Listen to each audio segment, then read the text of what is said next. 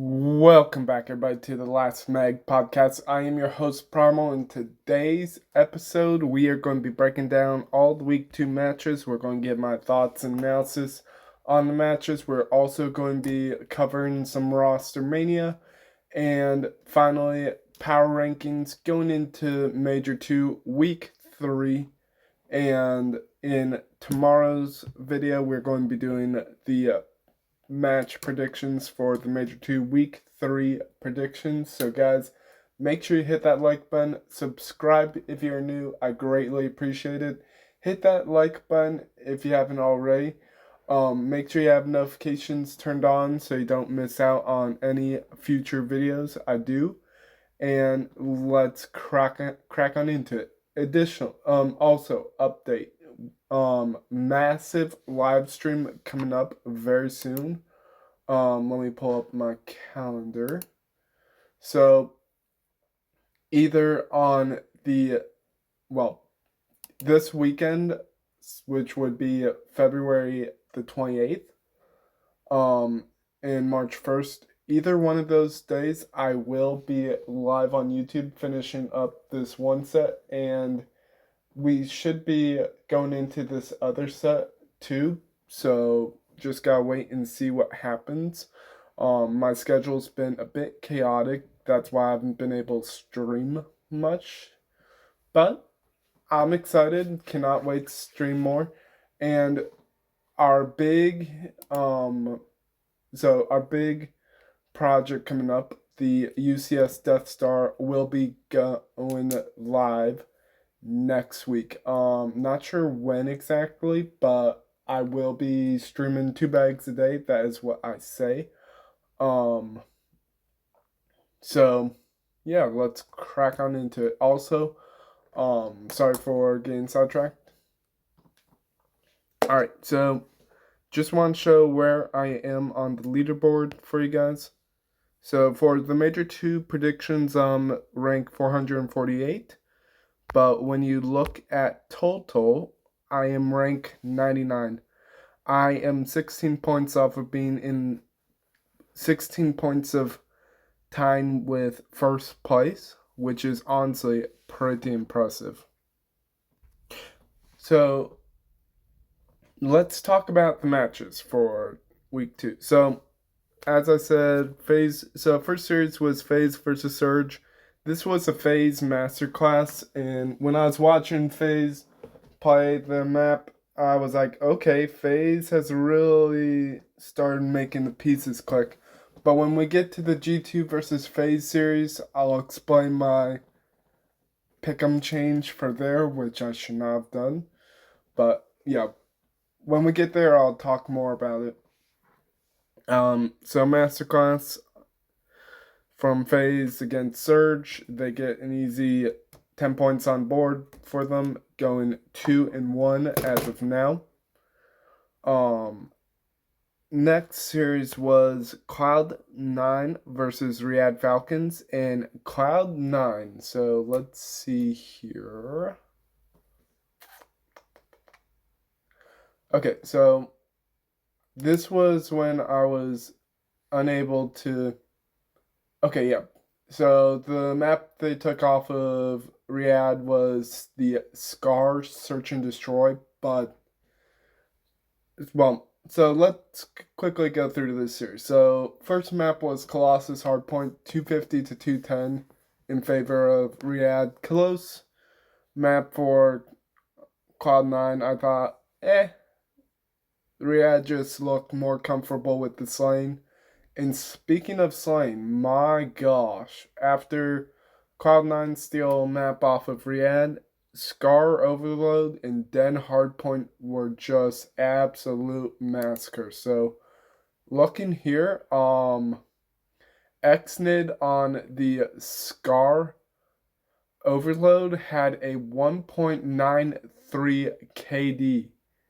Followed up with Pred with a 1.44. Celium with a 1.39, and Kiz with a 1.04. And going into the den, this is where it just becomes an absolute masterclass smoke show. It's like So Kiz led in kills on the Den hardpoint with a 1.75, Pred with a 1.67, Xnid with a 1.44, and Cell with a 1.29. Honestly, the maps 3 and 4 just looked like a pub stomping when I reviewed the VOD. And overall, and I just want to point out that on Cloud9, Hyde and Ocus both ended up with a 0.46. 4.6. I've seen KDs in the Pro League be a 0.3, but my gosh. It's like, yes, this team is a challengers team, but seriously, what are, oh my gosh. Yeah, anyways, Falcons, they get the job done, and let me pull up my notes for the next series. So the next series we did have was Toronto versus Thieves, and I thought, okay, Thieves, they're definitely hitting the nice sauce right now, and Koi, they just brought Kips in, replacing Riel, and I thought, okay, I could see Kips being good, but he probably also would have the jitters. That's why I couldn't place my faith in Koi. So pulling up the stats I have. So map 1 was a Scar hardpoint. Map 2 was a Colossus search. Map 3 was Den overload, and map 4 was a Colossus hardpoint. So 2 Colossus in the series. So map 1 is a 250 to 221 Scar hardpoint. Colossus is a 6-5 in search. Thieves going up 2-1 in 2-0 in series. But when we get to the Den overload, they play Koi on their best overload. Koi get it done in a 4-1. And over on Koi's side, Joe Deceives drops a 1.6, which is pretty impressive. Abizi has an absolute takeover on the Scar, dropping a 1.67. And and I forgot what was Colossus. And Hydra, okay, yeah, and Hydra in the map 4 drops a 1.84 in KD wise, leading the whole lobby in damage, which is, oh no, sorry, my bad, not in damage. Scrap led in damage, but Hydra led in kills department, which is very impressive. He went 35 and 19. So GG's to Thieves. They sealed out 3-1. Let's talk about Koi quickly. I feel like they're still shaky as sin. Either Kleenex or Insight needs to go.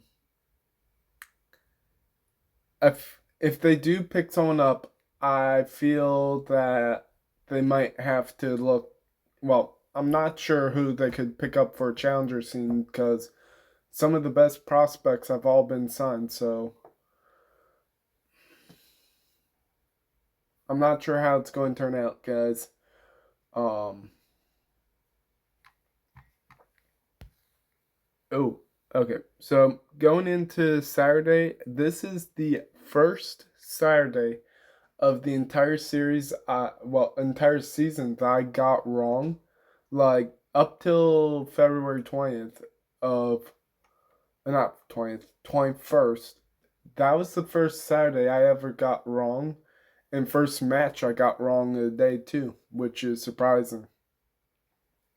So I thought G2 was looking scary, but nope.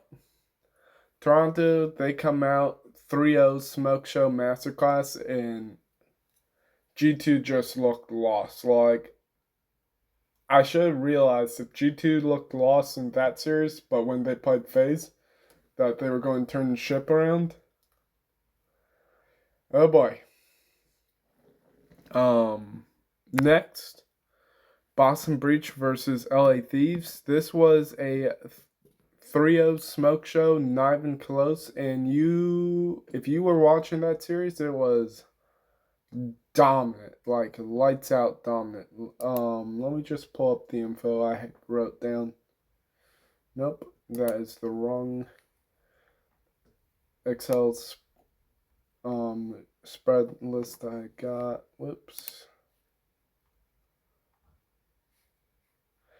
Okay, this should be it.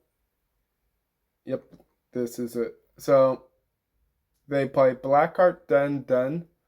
Blackheart's a 250 to 179, a 6-0 masterclass in Den, and a 7-0 in overload on Den. Like, good night, sleep tight, tuck it to bed, Boston Breach get bounced out. And the record, and we'll talk about records and all in a second. So Breach and Koi are 1-3 right now, and that's scary because you'd think Koi is going to be 3-1, but they just are. Now, let's talk about Breach quickly. They drop Cammy, and they pick up Spark. So they pick up Spark in the spot Cammy, and I will say Cammy has not been looking too hot in his series and stuff.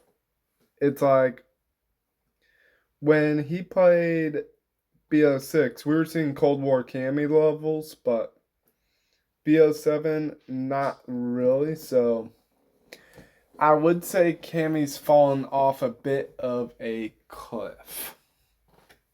So yeah, we're going to see how Spark does in this upcoming week. From what Spark's been on the Telluride Bush Gaming Challengers team, and I will say the Telluride Bush Gaming team has been a dominant force in the Challenger scene. They just won the recent cup, I believe. So, GG's to them.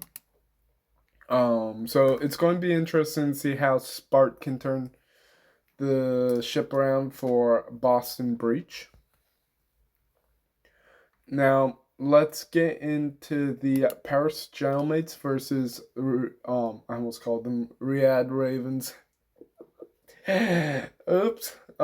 Carolina Royal Ravens. So we have so it goes to map 4, and I did predict 4 maps because I had feeling Carolina's was going to be able to sneak a map out some way, somehow. And this series could have gone to game 5 because when we get to map 4, I'll discuss that in a second. So,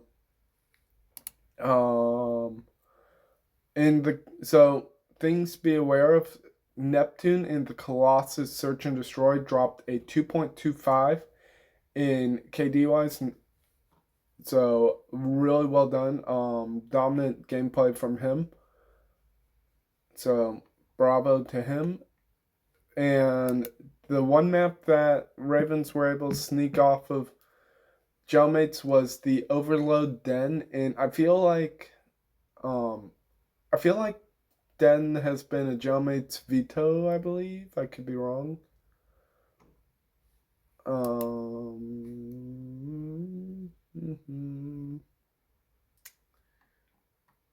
Yeah, I think Den was a veto of GentleM8's. I'll have to double check. So jumping into the Colossus hardpoint is a 250 to 242 hardpoint loss for Ravens, and GentleM8 win it by 8 points. This was a heartbreaker of a series because when you look at the kills death ratio, Nero drops a 48 and 28 game just for the loss against GentleM8. All GentleM8 are all negative except Ghosty, who had a 1.12 in KD wise. all the damage for GentleM8 was in the mid 4000s, and Exceed going to damage had almost a 4000 damage, but Nero had over 5000 damage in lobby. He was having himself a series. Like, when I was watching how he was playing, he was absolutely godlike on the map. Like, I was starting to I was losing my marbles, but GentleM8, they still sealed out. So I will say, well, on map 5, so on hill 5 for map 4, it was GentleM8 was at 90, Carolina was at 102. And where GentleM8 really started running away was at hill 9, because GentleM8 is 164, Carolina's 196. And afterwards, GentleM8 at hill 10 are 208 to 197. So Carolina only got 1 point between hill 9 and 10. So that is extremely drastic. And then at hill 11, Carolina bounced back a little bit, but it's a 222 to 223 to 218, and then 247 to 231 at hill 12. And finally at hill 13, that's where the photo finish ends at. Really, it was a well done series, and GG's to them. And finally, let's talk about the Miami Heretics versus Optic. Now, this series had my head completely screwed on backwards and had me starting to question Miami's insanity and dark horse potential. So, Optic Texas versus Heretics. Heretics, they come out and steal the map 1 against your back-to-back world champions. 250 to 200 on the den for Heretics. Around 11 in den, a 6-5 in den for Optic, a 5-3 in exposure for Optic and Overload, and a 250 to 209 in Scar. And I will, my gosh, Mercules was godlike this weekend.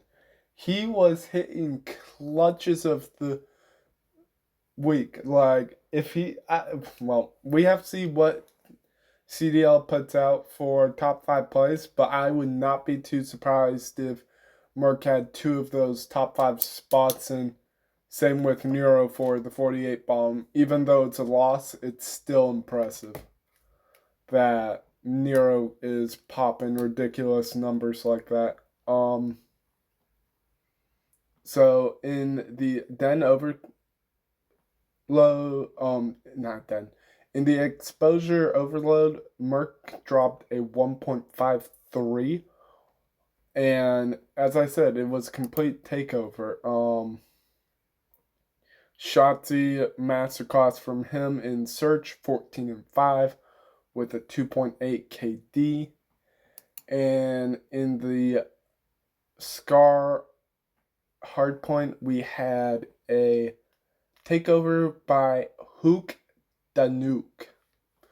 And Heretics, they get bumped, bippity bopped. And Heretics are currently,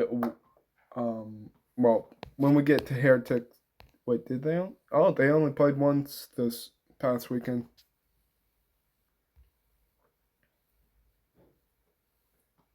Wait, hold on a sec. Did I miss a Heretics series? No, I didn't. So Heretics, they only play once, so they're 1 and 2. And if they want to try and get into a winner's spot at Birmingham, they need to really put the pedal to the metal, because anything like a 4-loss record, I think is going to be hard to come back from to try and make winners. Like, if you're 1 through 6, you're guaranteed a winner's spot, but 7 through 10, you're going to be fighting for your spot to winners. So, yep. Now let's talk about Carolina versus Falcons. This series was oof. This was just egg on face for Carolina. Like, Carolina need to blow it up. I'm sorry, but this is a blow it up. Make them redo the roster because you play 3 maps: Blackheart, Scar, and Exposure. Blackheart's a 250 to 108. 250 to 108. Like, seriously. Nero goes 42 and 59, and it just was not even. Oh, no. Sorry. I am looking at the wrong column for my Excel spreadsheet. Sorry. Whoopsie. So Nero goes 16 and 25 compared to what he did against GentleM8. Yeah, this was just an absolute DoorDash series from them. The only map that was close was the 4-3 exposure win by Falcons, and I do believe that was overtime. So, yeah. Next. This is, so my record right now is 16 and wait, hold on a sec. Yeah, it's 16 and 6. I've only lost 6 series, which is unfortunate. Or is it 18? 18 and 6. I'll have to double check. But still, my record's pretty impressive for me. The one series that was a major upset was the Boston Breach versus Surge. I thought Boston Breach was going to come back and make a comeback call was, but this was this was bad. It goes 4 maps, and we go Blackheart, Colossus, then Colossus. Blackheart, my gosh, is a 250 to 78 hardpoint win for Seattle. Abe with 22 and 11. Lunars with 23 and 8. Like, Lunar's masterclass on this series. He almost has a 3.0 KD on map 1. Like, holy. I should have changed my prediction, but that series I felt like was a bit weird to how they could play. So, yeah. Colossus was a 6-4 win for Breach. Then was a 3-2 for Surge, which I felt if Breach would have been a little more aggressive, then things could have been different, but nope, not the case. And finally, Colossus hardpoint 250 to 222. Breach did bounce back a bit in the hardpoint, and I'm just going to quickly go to the screenshot I have on my PC of how things turned out. So, at the map 4 on Colossus, on Hill 9 for it's Vancouver's 197, Boston Breach is 185, and this is where things go south for Boston. Like, when we get to Hill 10, Vancouver's 238, Boston Breach is 193. If Boston Breach had been able to convert between Hill 9 to 10, we might have gone to Game 5, but from It's like Hill 10 was the make it or break it for Breach if they could have gotten to Game 5. Not trying to drop my phone.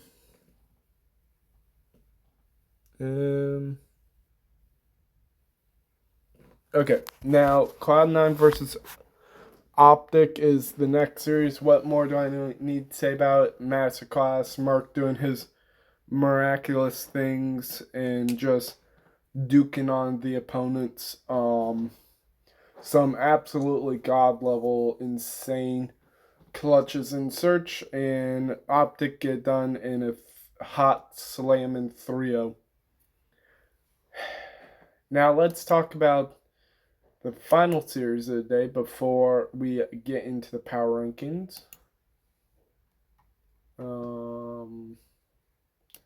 Notes, please, notes. Okay, there we go. No, this ain't the right series. Okay. So we have for your final night, final series of the night, Faze Vegas versus G2 Minnesota, with their records at the end of week 2 being 2-2. And G2 takes in a game 5, so let's talk about it. So G2's hardpoint is absolutely abysmal because for 5 maps we play are Blackheart for hardpoint, Scar for first search, Den Overload for Overload, Colossus hardpoint, and Colossus search. So hardpoint, dominant, beating from Vegas. So 04 has a 1.40 KD, followed up with Draza. So one of Zaza twins taking off with, twin taking off, followed by Draza's help. Abuser with a 1.11. Weakest link on team, I feel, for the map. So Scar Search and Destroy was a 6-3 victory for G2 Minnesota. Faze, they couldn't convert really. I feel like G2 definitely did their research on Scar the last time they played, which was at Major 2, how Faze won in a 6-0 masterclass of the series. Person that really stood out was Kremp, who went 10-6 with 10-6, but Skies with a 2.0 KD with 8-4. So Kremp and Skies popping off, really putting team on the back. In 04 and Draza, 2-8. Draza was not impactful on the map, only putting out 500 damage. And Simp with a 1.83, 11-6. I was starting to crash out a little bit, shaking my head. Now let's talk about the Den Overload, because this is something I seriously want to talk with you guys about.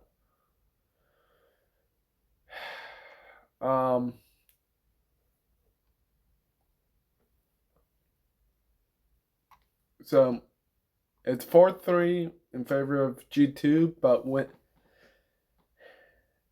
you watch the minimap and watch the kills department, Faze, they had an open lane to take the ball and go along rooftop. Because when you watch, I think it's second half, you can see G2's literally clustered along alley side, and it's absolutely ridiculous. Like, if you have one guy rooftop and you're not getting any info rooftop and you know where they all are, you should have the guy with ball fade back into your back line, wrap around rooftop, because you know you got one of your teammates on roof. The two of you go to rooftops, put the ball in that way, because you have two people there. You can have people it it's like FaZe could have won this map 4, and it would have been a hot 3-1 in favor of FaZe because Colossus is one of FaZe's best hard points. And that going into map 4 now, let's talk about it.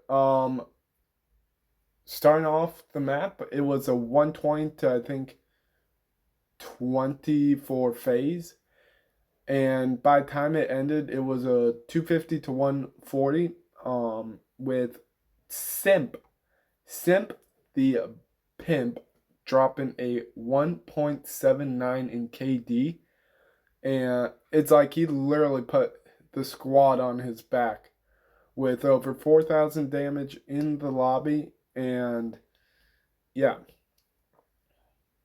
And I'm thinking, okay, sweet. They get to game 5. And then G2 just dirty Neslo with Estriel 10-4 in map 5.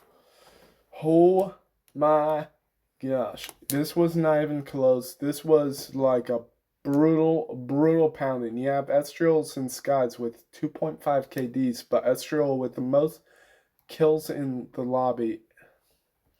And Draza with a 0.3. Alright, let's talk about this one. If Draza does not turn the stinker ship around, it might be time to drop Draza for a Luca. Because it's either going to be 0-4 or Draza that gets dropped. It's like, yeah, Twin can pop off, but Draza's got better. I feel like if it really came down to it, Draza could keep his spot, but 0-4 would be dropped just because he's a bit of a slower SMG / doesn't really know how to really match Simp's pacing sometimes. It's like, yeah, 0-4 can have takeover series, but you need that consistency. You need to have you really need to have a way to have a stronger SMG. It's like Luca, I feel, is going to be the better SMG. So if FaZe doesn't get a good placement at Major 2, it might be time for a team change. Now, if FaZe for the past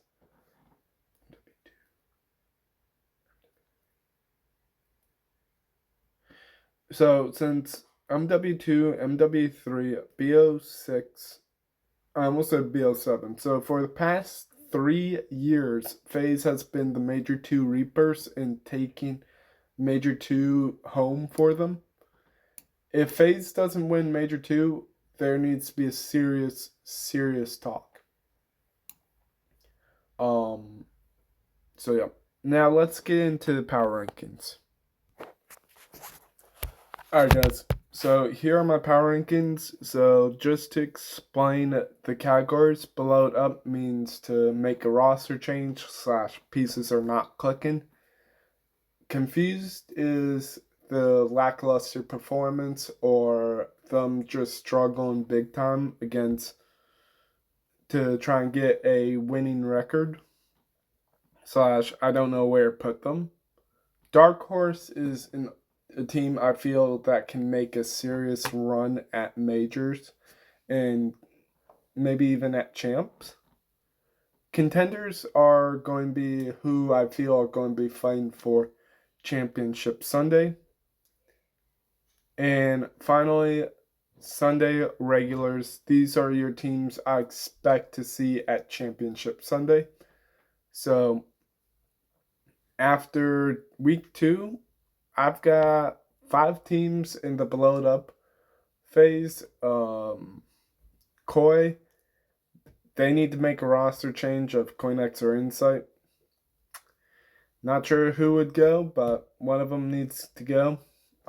There was talk about Nasty to Koi, so not sure if From what I understood, that fell through. Um, so not sure what's happening with that now. Um, Surge, that team, oh my gosh, you guys need to blow it up ASAP, like seriously, blow it up. Riyadh, I feel like they're onliners. Like if they cannot get a strong performance if they get to um if they can make it to Birmingham, if they don't have a strong performance, I'd say change needs to be made, but we shall see. Heretics G2, Dark Horse, strong chemistry. I feel like they can be upset potential against some of the top seeds and teams, really. Um, Thieves going into it. We definitely Neum honeymoon phase. So going to be interesting to see how things turn out with Thieves, and if Thieves have a solid placement at Major 2, I will move them up to Sunday regulars. Now, Sunday regulars, nothing has changed really. Faze, I was tempted to throw down contender, but I just feel like they are still a Sunday regular that you expect to see. And until they prove to me otherwise, I'll still keep them there. Optic, still your runners up from Major 1. And GentleM8, your Major 1 champions and undefeated Major 2 qualifiers. Like, you have Optic, Thieves, and Gelmates with undefeated records right now. So they're vying for your number 1 spot. Um, it's going to be interesting how teams shape up, really. So I'm excited to see how it turns out. So yeah. Sorry for a longer episode. Lots to break down, lots of analysis for me to go through. I hope you guys are having a fantastic day, fantastic night wherever you are. I look forward to talking with you guys tomorrow on Fabulous Thursday. And I'll catch y'all then. Also, I should be doing this via PC soon. Just gotta get a couple things set up for PC podcasting, and then we should be good to go. All right, guys, I'll catch you next one. Peace out.